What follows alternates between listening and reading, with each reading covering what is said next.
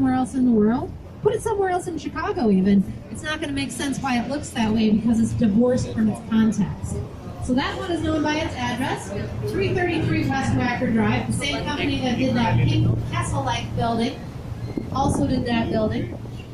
They also did the building right next door, 225, directly on the right with the American flag in the bottom. Look at those gray metal boxes going up the middle of 225 West Wacker Drive. Everybody see that? Now look across at the Merchandise Mart. It has something very similar. How about that? So you see these postmodern buildings sort of talk to everything that's around them. I personally think that's really fun. I think it's kind of like learning a language. If you go to a country where you don't speak the language, you can hear the conversations, but you can't make any sense of them.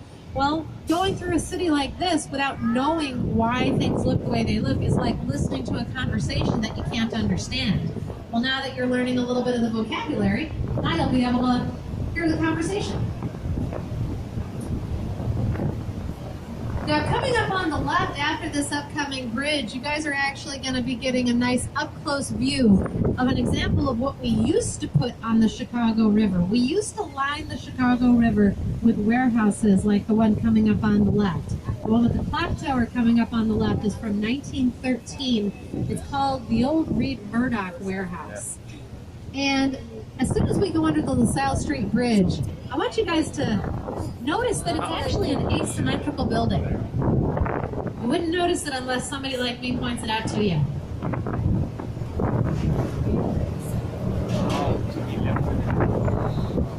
So if you take a look at that building up close now, you see it's actually one bay of windows shorter on the left side of the clock tower. Interesting, huh? Now, we don't go around making asymmetrical buildings for fun. That was a symmetrical building back when they made it in 1913.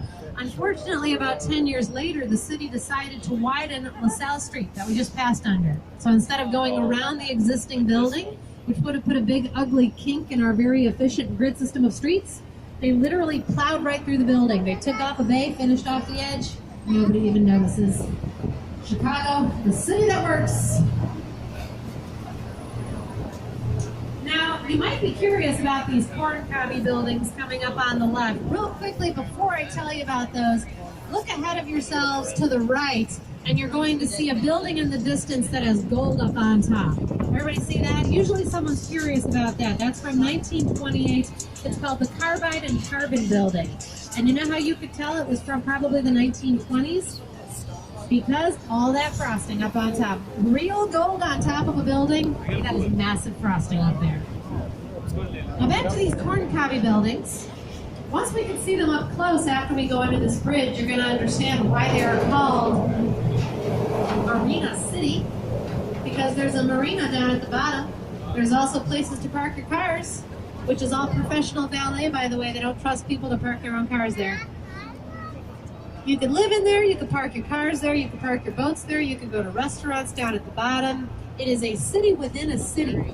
The guy who designed those, Bertrand Goldberg, he basically saw people leaving the city for residential living in the suburbs in the middle 20th century, and he rightly knew and guessed that if the city loses its people bit by bit, it's going to die, it's going to lose its heart. So he wanted to make city living a very possible and attractive thing. Now you notice that shape to his buildings, that curved linear shape. Well, here's a funny thing. His teacher gave us the black box directly next to it. On the left, that black box from 1971, the AMA Plaza it's called, from a very famous German architect, Ludwig Mies van der Rohe, or as we say in English, Ludwig Mies van der Rohe. He is so famous for that style. That is the modernist, just the cake style. So you can even call that a Miesian building, and I would know what you're talking about. If you guys get a chance to go and visit the hotel that's in there, the Langham Hotel, it is an amazing and beautiful lobby. Speaking of amazing and beautiful lobbies, you get a chance to go to the Trump Tower and Hotel here on the left. That first setback where the word Trump is actually has a beautiful landscape terrace that sticks out towards the lake. And you're only about 15 or 16 stories up, but it is a fantastic view because you're basically at eye level with the tops of all these beautiful buildings from the 1920s. So Trump Tower is the second tallest building in the city. It was done in 2009. Adrian Smith who is a modern-day American rock star of architecture from Chicago. If you know Adrian Smith, he's pretty famous. If you've ever been to Dubai, the Burj Khalifa, why it looks the way that it looks, knowing it's a postmodern building that's trying to have fun with architecture again. How do you have fun with architecture? Well, make yourself pink. Yay! It's covered in red granite. Number 2, give yourself a weird shape. Okay, you see all the other buildings around here are pretty boxy, but not that one. Number 3, all the way up on top, it looks like a little castle up there. It's called a castellated top. That gives it a little bit of visual pizzazz and allows them to have fun with the building again. And then number 4, what better way to have fun, and especially to get yourself noticed when you're right across the street from the Sears Tower, than to put a huge drum of 2,000 fluorescent light bulbs up in the top. South Wacker Drive is the name, 1990 is the date. Cohn Peterson and Fox is the architectural firm, and we're going to look at a couple more of their buildings so that it makes sense why these buildings look that way. Now, you're about to get a really good view of the Sears Tower, and I call it the Sears Tower because we all still tend to call it the Sears Tower. It's now officially called the Willis Tower. But right after we go under the bridge, if you take a look between these buildings on your right where the trees are sticking out, you guys are going to get one of the best views of the Sears Tower. You're going to see it from the base all the way up to the top. All 110 stories of the Sears Tower in one fell swoop. And there's not a whole lot of places in the world where you get 110 stories worth of building in one view. So here she comes. Get your oohs and ahs and cameras out and on the ready. Look at that. That is a great shot. 110 stories tall. I mean, that's pretty spectacular, especially considering that not even 100 years before that was built, so that was built 1974, in 1885, not even 100 years before it, Chicago was the home of the world's first skyscraper, which used to be just a couple blocks away, and get this, it was 10 stories tall. Imagine that. And people were terrified of it. People were afraid to stand too close to that world's first skyscraper because it looked kind of flimsy at the base. It didn't have the comforting heft of an old load-bearing building. So imagine going from 10 stories tall in 1885 to 110 stories tall in 1974. That's not even a century apart. So we'll get back to the Sears Tower on our way back. I'm just going to kind of give you a teaser with that one. In the meantime, I want to point your attention to the left. Look at how underneath all these buildings along the left, we can actually see what's underneath. There's not very many places where you could do that as well. Now, underneath all these buildings on the left, you see there's active train tracks with trains on them. So that means that all these buildings along your left are built on a very cool thing called, I'll wait for the bridge because it's kind of echoey, called air rights. So the way it works is you might own the land and you buy the land and you build your train tracks on the land, but then what are you going to do with all that wasted air above your train tracks? Well, sell the rights to the air to me. I will buy the rights to that air and I'll build my building in the air above your train tracks, which is a pretty great way to use the air rights, right? Now, normally there's enough room underneath the building to run caissons down to support the building's weight from underneath. But sometimes there's too many train tracks that cross in one area, so they have to figure out a way to negotiate their weight, if not from underneath. And there's a building coming up on the left that does just that.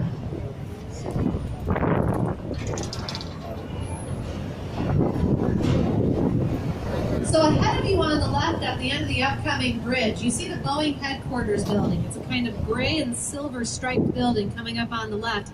You notice that it has a taller tower portion and then it has a shorter portion that's sticking out towards us. Think of it like the tower is your body and then the shorter part is you holding out a bag of groceries in front of you. Where is the support for the bag of groceries coming from? It's not coming from underneath the bag of groceries, it's coming from your body. And that's what's happening with that building. The shorter part is being cantilevered off of the taller part, and then they put that system of steel trusses up on top and left it exposed to show off that feat of engineering of kind of lifting it from the top and redistributing the weight from the top. So it really doesn't need to have anything down at the bottom, which would kind of freak us out even nowadays if we just saw a building kind of floating down over the head. So that's why it has these ornamental columns down here at the bottom. Basically just to put your minds at ease. So that one was built in 1992. Perkins and Will were the architects on that one. If you look all the way up at the top of it, you could see these sort of half circles up there. because it was originally the Morton Salt Company building, and think about postmodernism wanting to have fun with architecture. Well, if you're a salt company building, why not have your building look like a big old salt shaker? So it's sometimes fun just to look at how these buildings look and figure out, what are they referencing? Why do they look the way they look? So even though we're no longer freaked out by things like that, we do get a little bit freaked out by the building coming up on your left. And this is probably my favorite building in the city right now. Isn't that awesome? Look at the shape of that building. Now that building was just finished last year, so if you want to see what new buildings look like, there's a good example of it. 150 North Riverside, it's called. And the reason it's shaped that way is because it's basically sandwiched between active train tracks on the right, which go underneath the landscaping for the building, and active river on the left. All right, so it's sandwiching the core of the building between those two things, and then it cantilevers out from both sides, kind of like if the core of the building is your body and you're holding out 2 bags of groceries. This is a low bridge, but I'm 5'9", I clear it.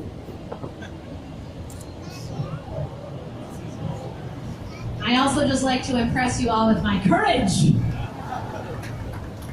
This bridge is no match for Hillary Susan Agatha Marzek. And now you all know my confirmation name as well. All right, so we're coming through the point of the river's confluence. Just came out of the south branch. We're going to check out the main branch. Check out this green building on the right. This is one of my favorite buildings in the city. I want to voted one of Chicago's favorites too in 1990. It's from 1983. And believe it or not, it's actually the same style as that pink castle building that we started the tour with. How is that possible? They look nothing alike. But it's because in postmodernism, it's not about what they look like. It's about how they are talking to their context in order to have fun with architecture. So that one is talking to its context because it's literally shaped by the curve in the river. It reflects its context, which is a good way to use your context. It's got green windows for the water in front of it, blue windows for the sky that is usually behind it. All right, use your imaginations. It's usually blue back there. So you see with we talked a little bit about what's on the right. We talked a little bit about Trump Tower. Now that you can see Trump Tower from all the way back here, though, you can get a better sense of its overall shape. Trump Tower is actually another one of those postmodern buildings that's using its context to have fun with architecture, but it's doing it in a very subtle way. Each one of those setbacks to its height is actually matching the height, just about, of a specific building nearby. So the first setback is just about matching the height of the Wrigley building with the white clock tower. The second setback is just about matching the height of the corncob buildings, Marina City. And then the third setback just about matches the height of the black box behind it, the AMA Plaza. So it's the second tallest building in the city. It could have been really ostentatious and out there, but because it's a postmodern building that's using its context, it actually complements its surroundings in a really lovely, subtle way.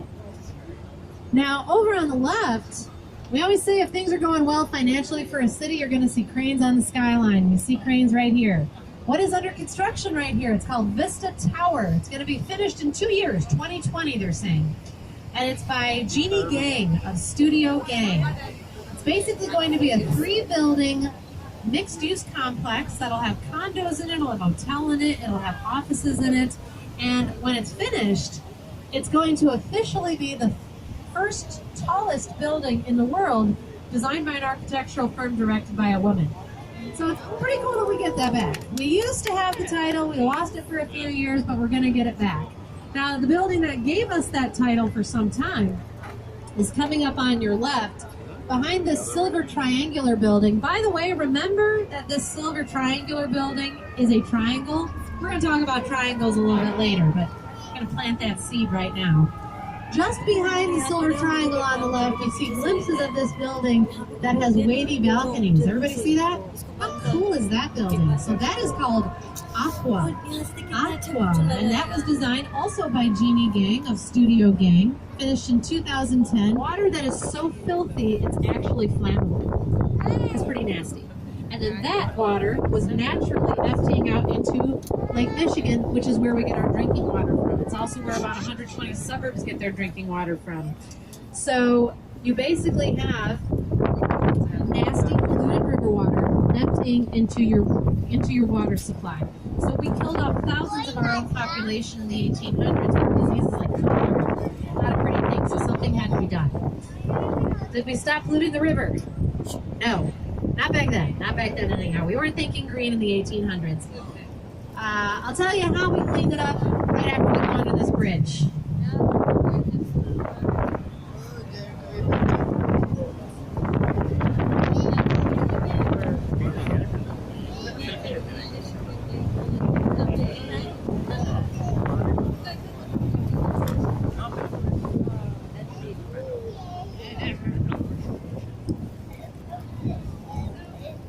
So how do you reverse the flow of a river? Because that's how we cleaned up the Chicago River. We simply reversed the flow of it. So in 1900, the Metropolitan Water Reclamation District of Greater Chicago reversed the Chicago River itself. It's considered one of the engineering marvels of the country by digging a new canal, which they called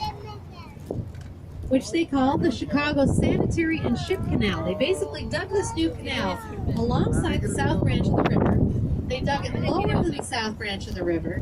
Then they dredged the south branch so that as it gets further and further south, it gets lower and lower. And then they installed a series of big locks along the way to maintain the opposite flow. And then all they had to do was open up the locks. And they let gravity take its course, pulling what used to be higher dirty river water emptying into lower clean lake water. Now through engineering and gravity became, and still is, higher clean lake water emptying into lower dirty river water, and it takes all of our nasty flammable stuff down to St. Louis. Like that? It's like, ding. Is anyone from St. Louis, by the way? Okay. No apologies today. So St. Louis, of course, did not really appreciate that feat of engineering, which I will have you know is considered one of the 7 engineering wonders of the United States. But they didn't care about that. They sued Chicago in 1900, but Chicago won that case. And if you want to know how, you're going to have to save it for the end of the tour when I do a question and answer session. Now the boat is turning and you guys are about to get a fantastic shot of the skyline. As you turn, take a look in front of you at Navy Pier from 1916, originally called Municipal Pier. It's about 1 kilometer long. And as we turn, definitely, you can stand up, you can walk around to take your pictures. Just please be considerate of the people around you, and please remember no standing on anything that is not the floor.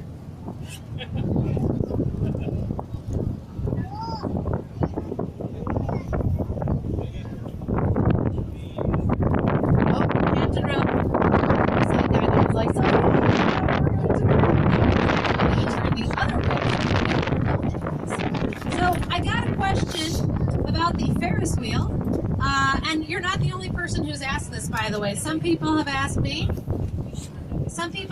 me, is that the world's first Ferris wheel? Is that the original Ferris wheel? It was renamed the Du Sable Bridge after the man considered to be the father of Chicago himself, the first non-native settler, Jean-Baptiste Pointe du Sable, who had a home right there. Now, I've got a little favor to ask of you all. I noticed that you're all starting to wave, and people are starting to leave their offices and they're walking home or walking to the train stations and that. So you're going to see people crossing over on bridges, okay?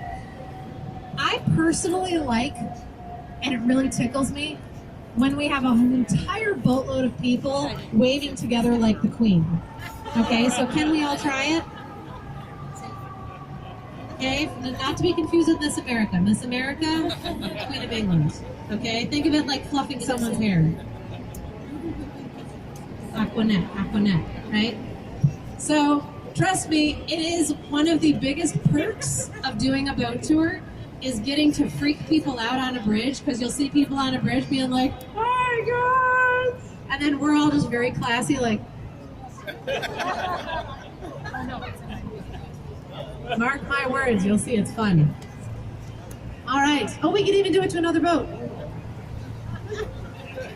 Hello, fellow subjects.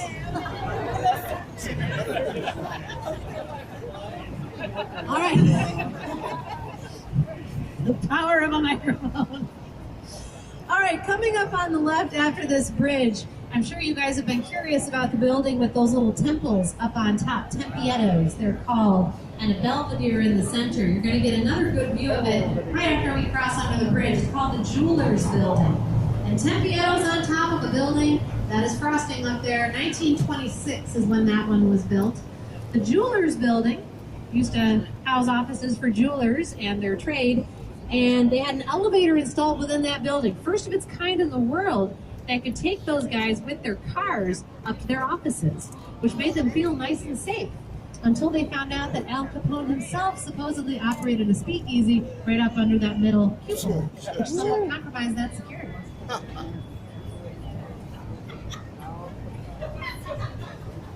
I got a question, by the way. I got a question from somebody on my last boat tour today, the one before this. Somebody was asking, like, where do we go to see gangster stuff? Like, where's all the Al Capone stuff?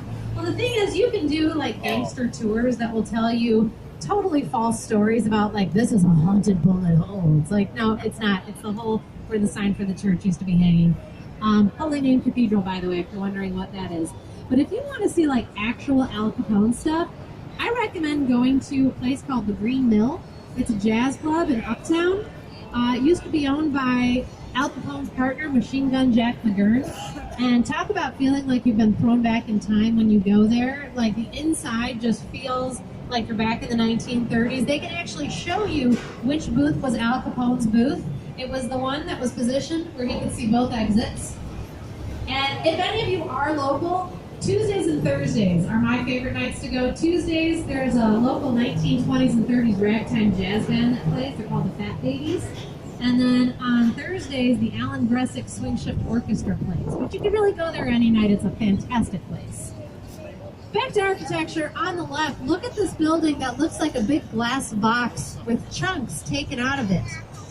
Isn't that interesting, right? That building was built just a couple of years ago, and it's a condo building right here on the river, which again, we didn't always used to like our river, but now we actually build condo buildings next to it. This building actually gives you a good sense of what architects like to do now in architecture. The thing is, you can't really name a style while you're in it. You need to have a retrospective glance to be able to see that it's movement. But looking at that glass box with the chunks taken out of it gives you an idea of why some people are calling it sliced minimalism. Isn't that cool? A sliced minimalist building. So it's a minimalist building. It's like a big glass box with slices taken out of it. Why do they do that? Well, number one, you notice that building more than you might notice a building around it, so it's to give it some visual pizzazz. Number two, it allows the architect to show control over the space. It's basically like the architect saying, this is my building, and if I want to put a big hole in it, I'm going to do that. All right, now that's very different from what comes before it, postmodernism, where they wanted to talk to what was around it. Now, who here likes the Art Deco style? Okay, the Art Deco style is a really popular style. I find that when I do my walking tours, I have a lot of people will say they like the Art Deco style. I think part of it is because more people recognize the Art Deco style than they recognize something like Richardsonian Romanesque. But I think it's also something about the kind of cleanliness of the Art Deco style. The Art Deco style looks very machine-made and orderly. And there's something that's very calming to us about that. So an example of the Art Deco style is coming up on the right after the bridge in the Merchandise Mart.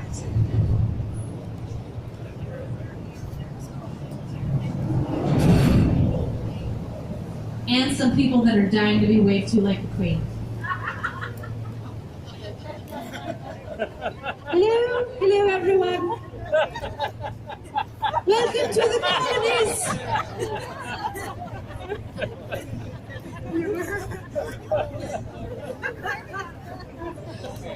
So, Art Deco on the right, the two things that jump out at you, number one, the emphasis is on the vertical lines. Look at the vertical lines along the windows. In the Art Deco style, it's all about the verticality of the space, both on the outside and on the inside.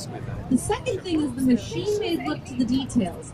Look at how these chevron patterns down towards the bottom look like they've been punched out by a machine.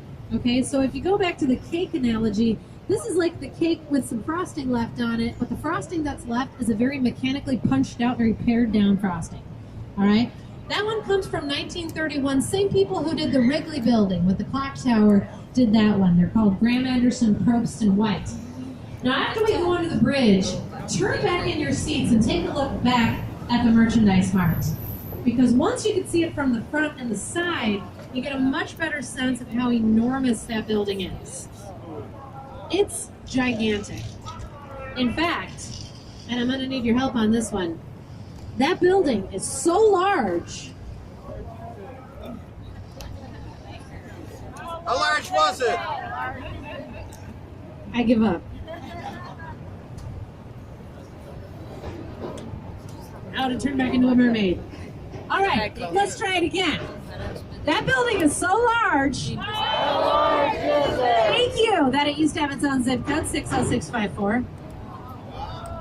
Yes, no, it doesn't. Now it shares the zip code with some stuff around it.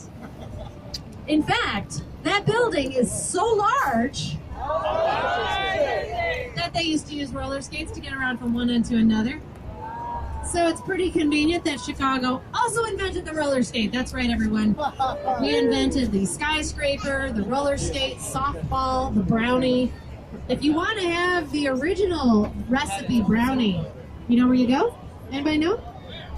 Palmer House Hotel. They're on strike too? Are all the hotel workers on strikes? Really? Actually, now I'm really curious. You know, let's just talk a second. So I'm really curious. The hotels that you guys are all staying at, are your hotel staff on strike? Anybody? Wow. I only saw one and I thought it was just that place. Interesting. Gotta have to look at the news tonight. All right, on to the North Branch of the Chicago River. On the North Branch, you guys are going to see warehouses and condos and warehouses that are now condos. So we're going to start out with one of those. This dark pinkish peach building on your left is an old cold storage warehouse from 1908. It's the oldest one we're going to see on the river today. 1908, called Fulton House. They actually had to thaw out that building for a year when they turned it into condos in the 1980s. Now, the same man who directed that conversion project, Harry Weiss, also gave us the buildings right next door on the left. Aren't these fantastic on the left? Don't you all want to live there? Do you want to, or you do live there? If you do live there, we're all visiting after this. So notice all the triangular elements in the rooftops? Diamond-shaped windows. Well, a diamond is just a couple of triangles put together. Watch your heads in the back. Anytime you see triangles in Chicago's architecture, you take a guess that a man named Harry Weiss had something to do with it. He lived throughout the 20th century. The man loved the triangle. Why? Well, because number one, it's a very bold shape for architecture. Remember the silver triangle I pointed out on the main branch? He did that one in 1988. That's the Swiss Hotel. And then also he was a huge fan of sailing. And what shape do sails normally come in? Triangles. So you see, everything's got a reason for looking the way that it looks. So the boat's about to turn, and we're going to get a nice coasting kind of like really pretty views we're going to get as we turn around and start heading back south. We've come out of the south branch, we did the main branch, we're doing the north branch, turning around and heading back south. Going to teach you more about the architecture as we get closer to the confluence point again. But this is where I like to take the first several minute break, give you guys a chance to absorb all of this information so far. Also refresh your cocktails, use the bathrooms. Please keep in mind as you're walking around, if we pass under some kind of low bridge, be responsible for your head. Remember, I'm 5'9", use me as a measuring stick, okay? And I'll jump back on the mic as we get closer to those bridges, especially the one that's in the perpetually up position. I'll get to that once we get down that way. So enjoy the break, everybody.